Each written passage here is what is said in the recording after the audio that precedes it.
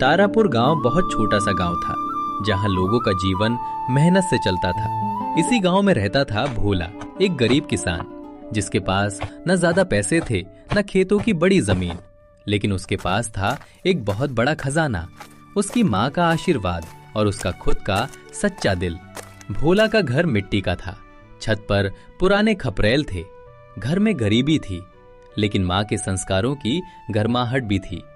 बेटा भोला, जरा जल्दी उठ गया तू आज? हाँ माँ, नींद कहाँ आती है अब। घर की हालत सोचकर मन भारी रहता है। अरे पगले, भगवान ने सुबह दी है तो रास्ता भी देगा। पहले ये गरम रोटी खा ले। माँ, रोटी तो खा लूं, लेकिन कल क्या खाएंगे? भोला के शब्दों में डर था, लेकिन माँ की आंखों में उम्मीद। बेटा चिंता मत कर, तू मेहनत करता है ना, मेहनत कभी खाली नहीं जाती। माँ देखो, लकड़ी भी अब खत्म होने वाली है। जंगल में भी अब पहले जैसी लकड़ियाँ नहीं मिलती। हाँ बेटा, अब जंगल भी सूखने लगा है, लोग ज्यादा काटने लगे हैं। अगर आगे लकड़ी नहीं मिली तो तुम रोटियां कैसे बनाओगी माँ? मेरे बच्चे, जब तक तू मेरे साथ है चूल्हा जलता रहेगा। माँ, मैं तुम्हें भूखा नहीं देख सकता। मैं कुछ ना कुछ जरूर करूंगा। मैं जानती हूँ बेटा, तू बहुत नेक है। तेरे जैसे बच्चे पर भगवान भी मेहरबान होते हैं। माँ, मैं जंगल जा रहा हूँ, आज ज्यादा लकड़ियां लेकर आऊंगा। बेटा ध्यान से जाना, जंगल का रास्ता लंबा है और अब वहाँ जंगली जानवर भी आने लगे हैं। डर मत माँ, जब तक तुम्हारा आशीर्वाद है मुझे कुछ नहीं होगा। ये 2 रोटियां बांध ले, रास्ते में भूख लगे तो खा लेना। तुम खुद क्या खाओगी? अरे मैं बाद में खा लूंगी बेटा, पहले तू जा। माँ अपने बेटे को भूखा नहीं देख सकती थी और बेटा अपनी माँ को दुखी नहीं देख सकता था। गरीबी दोनों के बीच थी, लेकिन प्यार उससे भी बड़ा था। भोला गांव की सीमा पार करके जंगल की ओर बढ़ चला। उसके कदम भारी थे, क्योंकि उसके कंधों पर सिर्फ लकड़ियों का बोझ नहीं था, उसके ऊपर माँ की जिम्मेदारी भी थी। भोला सोच रहा था, अगर आज भी लकड़ियां कम मिली तो घर का चूल्हा कैसे जलेगा। भगवान, बस आज थोड़ा सहारा दे देना, माँ के लिए कुछ करना है। वो रोज जंगल जाता, लकड़ियां काटता और उन्हें बेचकर मुश्किल से 2 वक्त की रोटी जुटाता। अच्छू, अरे राम, ये जुकाम तो मेरा पीछा ही नहीं छोड़ता। प्रणाम सेठ जी, आपकी तबीयत ठीक है क्या? ठीक? अरे भाई, जब से ठंड शुरू हुई है नाक बह रही है। सेठ जी, आप घर पर आराम क्यों नहीं करते? सेठ जी। अरे भोला, सेठ आदमी आराम करे तो पैसा कौन संभालेगा? तिजोरी लाल गांव का सबसे अमीर आदमी था। उसके पास धन बहुत था, लेकिन दिल में दया बिल्कुल नहीं। उसकी आदत थी हर चीज में फायदा देखना। तो बता भोला, इतनी सुबह सुबह कहां जा रहा है? सेठ जी, जंगल जा रहा हूँ, लकड़ियां लेने।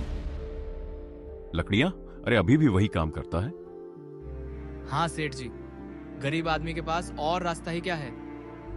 हाँ, वैसे तेरे घर का चूल्हा जलता भी है या नहीं? सेठ जी, जलता तो है, लेकिन बड़ी मुश्किल से।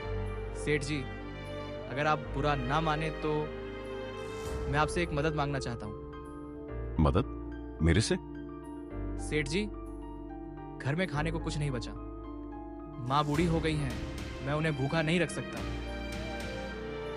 क्या आप मुझे थोड़े पैसे उधार दे देंगे? मैं जल्दी लौटा दूंगा। ये शब्द बोलना भोला के लिए आसान नहीं था, क्योंकि स्वाभिमान गरीब के पास भी होता है। हाँ भोला, मैं जानता हूं तू ईमानदार है। पैसे दे दूंगा, लेकिन ब्याज के साथ लौटाने होंगे। हाँ सेठ जी, जैसे ही कमाई होगी आपका एक एक पैसा लौटा दूंगा। ठीक है, लेकिन याद रखना, अगर देर हुई तो घर भी मेरा। नहीं सेठ जी, ऐसा मत कहिए। ले अब जा और जल्दी लौटाना। धन्यवाद सेठ जी, आपने मेरी मजबूरी समझी। समझी नहीं, फायदा देखा है। भोला ने उधार तो ले लिया, लेकिन उसे नहीं पता था ये उधार उसकी जिंदगी में तूफान भी ला सकता है। अब भोला घर लौटेगा और माँ को बताएगा अपना फैसला। सेठ तिजोरी लाल से मुलाकात ने उसकी जिंदगी में एक नया बोझ डाल दिया। अब उसके हाथ में पैसे थे, लेकिन दिल में डर भी था।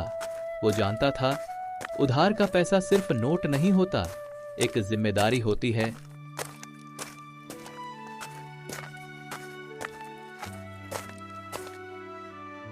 भोला बेटा, इतनी देर कहाँ लग गई?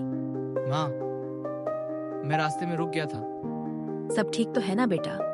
तेरा चेहरा उतरा हुआ क्यों है? माँ का दिल माँ होता है, वो बेटे की आंखों में छिपा दर्द भी पढ़ लेती है। बोलना बेटा, क्या बात है? माँ, घर में अनाज खत्म हो गया था और तुम्हारे लिए कुछ लाना जरूरी था। तो मैंने सेठ तिजोरी लाल से कुछ पैसे उधार ले लिए हैं। उधार?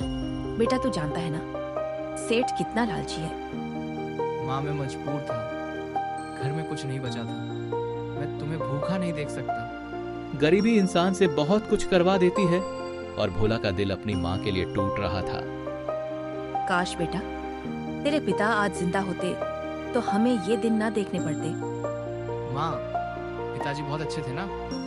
हाँ बेटा, तेरे पिता इस गांव के सबसे मशहूर समोसे बनाते थे। उनके समोसों की खुशबू पूरे बाजार में फैल जाती थी। लोग कहते थे ऐसा स्वाद कहीं नहीं। माँ की बातों में एक दर्द भी था और एक उम्मीद भी। माँ, तो मैं भी समोसे बनाऊंगा। ता तू समोसे? हाँ माँ, पिताजी की तरह मैं भी मेहनत करूंगा। लेकिन बेटा, समोसे बनाना आसान नहीं और बाजार में कालू पहले से बैठा है। माँ, अगर मेहनत सच्ची हो तो रास्ता जरूर निकलता है। भोला के अंदर एक नई आग जल चुकी थी। वो सिर्फ अपने लिए नहीं, अपनी माँ की मुस्कान के लिए कुछ बड़ा करना चाहता था। ठीक है बेटा, अगर तू ये करना चाहता है तो मैं भी तेरे साथ हूँ। हम दोनों मिलकर मेहनत करेंगे और भगवान जरूर मदद करेगा। माँ, मैं वादा करता हूँ, मैं तुम्हें कभी दुखी नहीं होने दूंगा। इस तरह भोला ने ठान लिया कि वो अपने पिता की कला को फिर से जिंदा करेगा। लेकिन उसे नहीं पता था कि आगे उसकी राह में बहुत बड़ी परीक्षा आने वाली है। भोला ने फैसला कर लिया था, अब वह सिर्फ लकड़ियां बेचकर नहीं जिएगा। अब वह अपने पिता की विरासत, समोसे बनाने की कला को फिर से अपनाएगा। गरीबी थी, लेकिन हौसला उससे कहीं बड़ा था।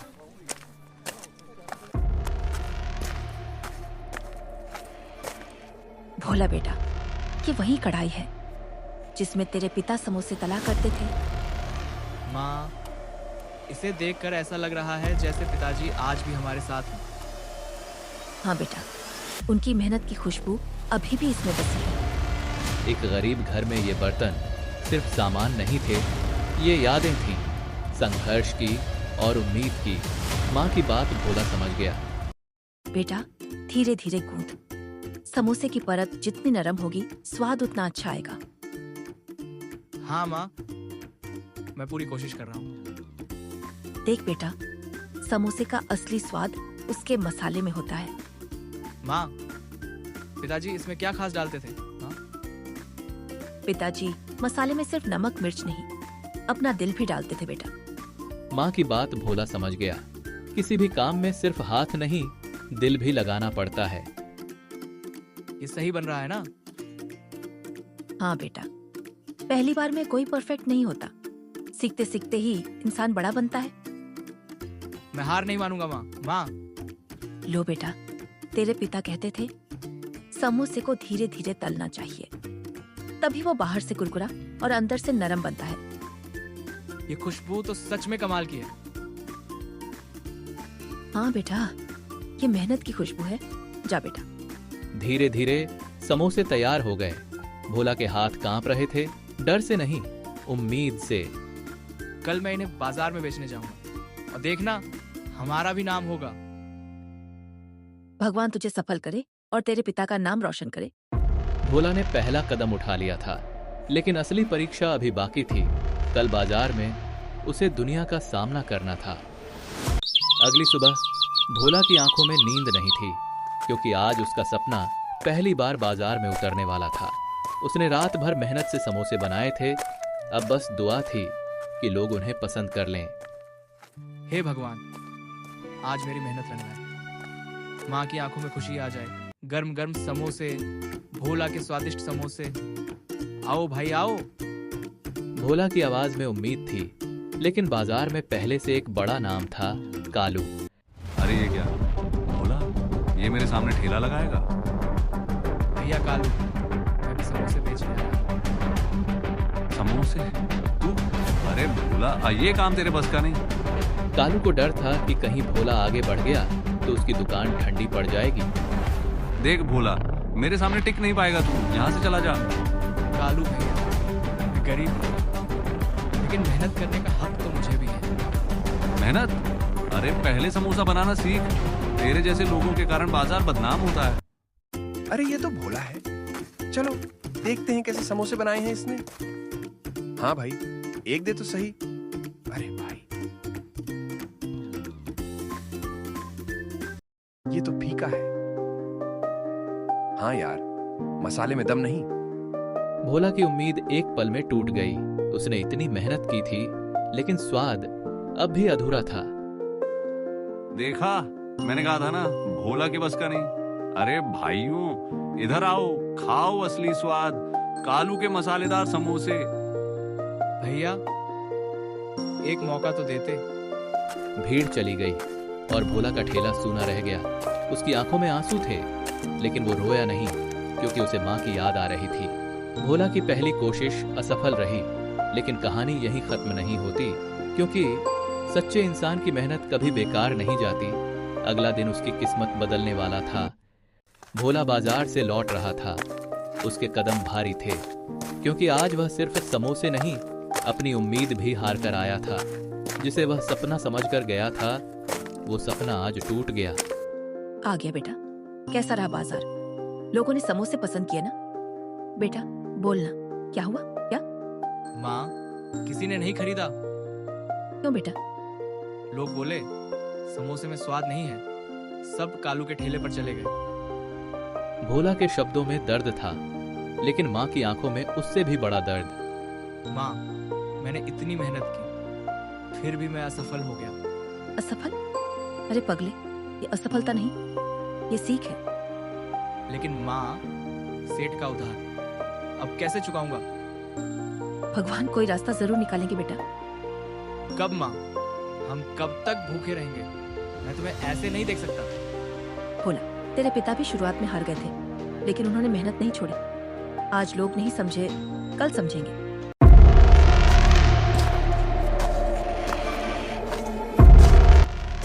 सेठ जी, आप। सेठ जी, इतनी शाम को? मुझे मेरा पैसा चाहिए, समझा? सेठ जी, मैंने कोशिश की, लेकिन आज कमाई नहीं हुई। थोड़ा समय दे दीजिए। समय? मैं कोई मंदिर का पुजारी नहीं, मैं सेठ हूं।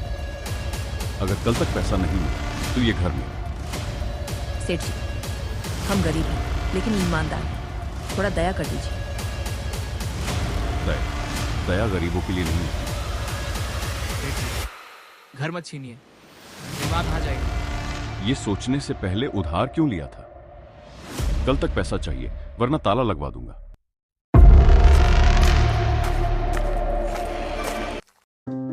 माँ, मैं क्या करूं? मैं हार गया। नहीं बेटा, तू हारा नहीं है, तू लड़ रहा है। भगवान तुझे जरूर रास्ता दिखाएंगे। सेठ की धमकी ने भोला को तोड़ दिया, लेकिन माँ की उम्मीद ने उसे फिर संभाल लिया। अब भोला की जिंदगी में एक नया मोड़ आने वाला था। अगली सुबह एक रहस्यमयी बाबा उसकी किस्मत बदलने वाला था। रात भर भोला सो नहीं पाया। सेठ की धमकी उसके कानों में गूंज रही थी। घर छिन जाने का डर और माँ को दुख देने का दर्द भोला को अंदर से तोड़ रहा था। फिर भी वो अगली सुबह बाजार आया, क्योंकि मेहनत करने वाला इंसान हार कर बैठ नहीं सकता। हे भगवान, आज कोई रास्ता दिखा दे, वरना माँ को कहाँ ले जाऊंगा? भोला के पास अब न पैसे थे, न ग्राहक, बस बची थी उसकी ईमानदारी। बेटा, बहुत भूख लगी है, कुछ खाने को मिल जाएगा क्या? बाबा जी, आपके पास पैसे हैं क्या? नहीं बेटा, मैं एक लंबी यात्रा से लौट रहा हूँ, जेब खाली है, बस भूख बहुत लगी है। भोला खुद गरीब था, लेकिन उसका दिल अमीर था। उसके पास देने को ज्यादा कुछ नहीं था, फिर भी वो मदद से पीछे नहीं हटा। बाबा जी, पैसों की चिंता मत कीजिए, आप ये समोसे खा लीजिए। बेटा, तू खुद गरीब है, फिर भी मुझे दे रहा है। बाबा, भूखा इंसान भगवान जैसा होता है, उसकी मदद करना सबसे बड़ा धर्म है। भोला ने समोसा नहीं दिया था, उसने अपनी इंसानियत दी थी। वाह बेटा, ये तो बहुत स्वादिष्ट है। क्या सच? लेकिन बाबा जी, लोग तो कहते हैं मेरे समोसे खराब हैं। लोग स्वाद नहीं समझते बेटा, स्वाद सिर्फ मसालों में नहीं होता, स्वाद होता है सच्चे दिल में। लेकिन बाबा, मैं मेहनत करता हूँ, फिर भी लोग मुझे अपनाते नहीं। क्योंकि दुनिया दिखावे पर चलती है, पर भगवान सच्चाई पर। बेटा भोला, मैं तुझसे बहुत प्रसन्न हूँ। लेकिन बाबा जी, मैंने क्या किया? तू खुद दुख में, फिर भी तूने मेरी मदद की, ये बहुत बड़ा कर्म है। मैं तुझे एक जादुई जड़ी बूटी देता हूँ। जादुई जड़ी बूटी? हाँ बेटा, जब तू इसे अपने समोसों में मिलाएगा तो पूरे गांव को तेरा स्वाद पसंद आएगा। लेकिन बाबा, ये कैसे संभव है? ये जड़ी बूटी सच्चाई से चलती है, लेकिन ध्यान रखना, अगर ये जड़ी बूटी किसी लालची इंसान के हाथ लगी तो इसका उल्टा असर होगा, लालच करने वाला बर्बाद हो जाएगा। मैं समझ गया बाबा जी, मैं इसे कभी गलत काम में नहीं लगाऊंगा। बस बेटा, अपने दिल को हमेशा साफ रखना। भोला समझ नहीं पाया कि बाबा कोई साधारण इंसान नहीं थे, वो भगवान का भेजा हुआ संदेश थे। अब भोला की जिंदगी बदलने वाली थी।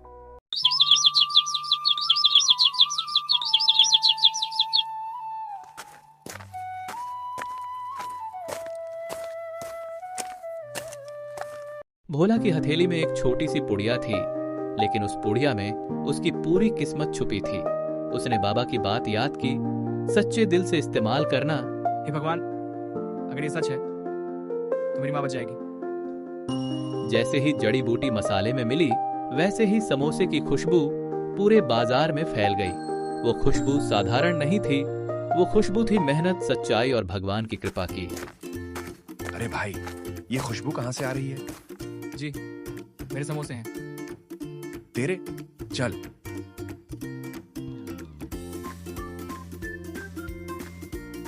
ओहो, ये तो अमृत है। भाई लोग, इधर आओ, ऐसे समोसे कभी नहीं खाए। बस फिर क्या था, एक आवाज ने पूरा बाजार हिला दिया। भैया 2 प्लेट देना। माँ, मुझे भी चाहिए।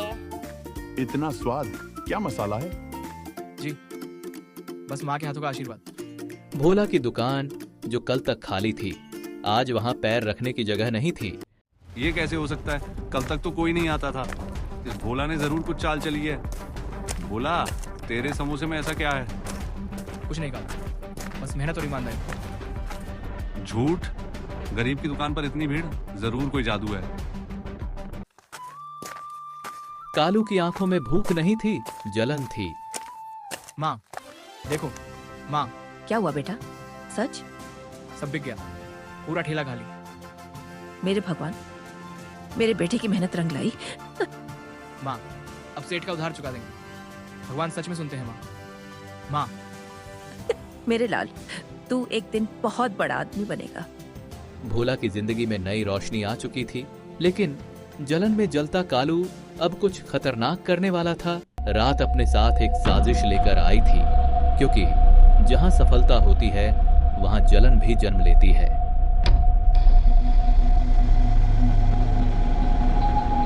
सब खत्म हो गया, अब कोई मेरे समोसे पूछता तक नहीं। पूरा गांव उस भोला के पीछे पागल हो गया। उस गरीब में इतनी औकात कहाँ, जरूर कोई चाल है। कालू को भूख नहीं थी, उसे सिर्फ एक चीज चाहिए थी, भोला की कामयाबी का राज। आज पता लगाऊंगा उसके समोसे में आखिर है क्या। भोला को क्या पता था, जिस जड़ी बूटी ने उसकी किस्मत बदली, वही आज रात उसके लिए खतरा बन जाएगी।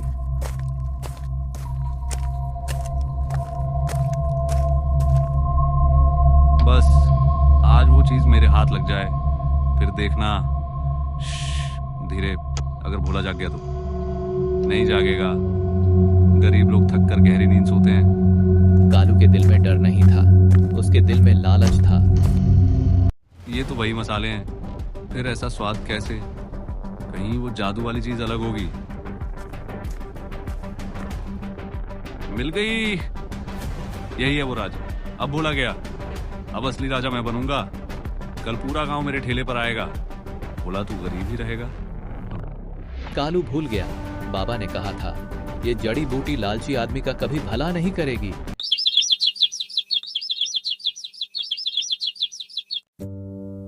रात की चोरी के बाद कालू के दिल में डर नहीं था, उसके दिल में सिर्फ लालच था। उसने सोचा अब राजा मैं बनूंगा, लेकिन उसे क्या पता था लालच का अंत हमेशा राख होता है। हाँ हाँ हाँ, आज भोला का खेल खत्म। अब पूरा गांव मेरे समोसे खाएगा। मैं ही असली समोसा किंग हूं। लेकिन बाबा ने कहा था अगर ये जड़ी बूटी लालच के लिए इस्तेमाल हुई तो इसका असर उल्टा होगा, और अब वही होने वाला था। कालू भाई, आज समोसे खिलाओ, सुना है आज बड़ा स्वाद होगा। हाँ हाँ, आज ऐसे समोसे खाओगे कि भूल नहीं पाओगे।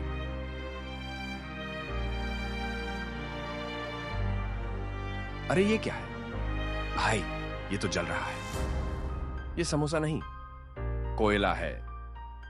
नहीं नहीं, ऐसा कैसे हो सकता है? ये तो वही जड़ी बूटी है। सभी चलो यहाँ से, ये तो बेकार है। नहीं, मेरा ठेला, मेरी दुकान। ये तो भगवान की सजा है। लालच का यही अंत होता है। मैंने ये क्या कर दिया? मैंने चोरी की, लालच किया। भोला से जलन ने मुझे बर्बाद कर दिया। काश तू लालच ना करता कालू। सच्चाई कभी हारती नहीं और लालच कभी जीतता नहीं। भोला, मुझे माफ कर दे, मैंने गलत किया। गलती का एहसास ही सबसे बड़ी सजा है कालू। इस कहानी से हमें यही सीख मिलती है, मेहनत और सच्चाई से किया गया काम हमेशा सफल होता है, और लालच से लिया गया रास्ता इंसान को राख बना देता है। तो लाइक और शेयर ठोक दीजिए, महाकाल का दबा के लाइक और शेयर ठोक दीजिए। 5000 लौटे दिख जाना चाहिए। अगर इस कहानी ने आपके दिल को छुआ हो तो हमारे चैनल को सब्सक्राइब जरूर करें, क्योंकि यहाँ हर कहानी आपको अंदर से बदल देगी।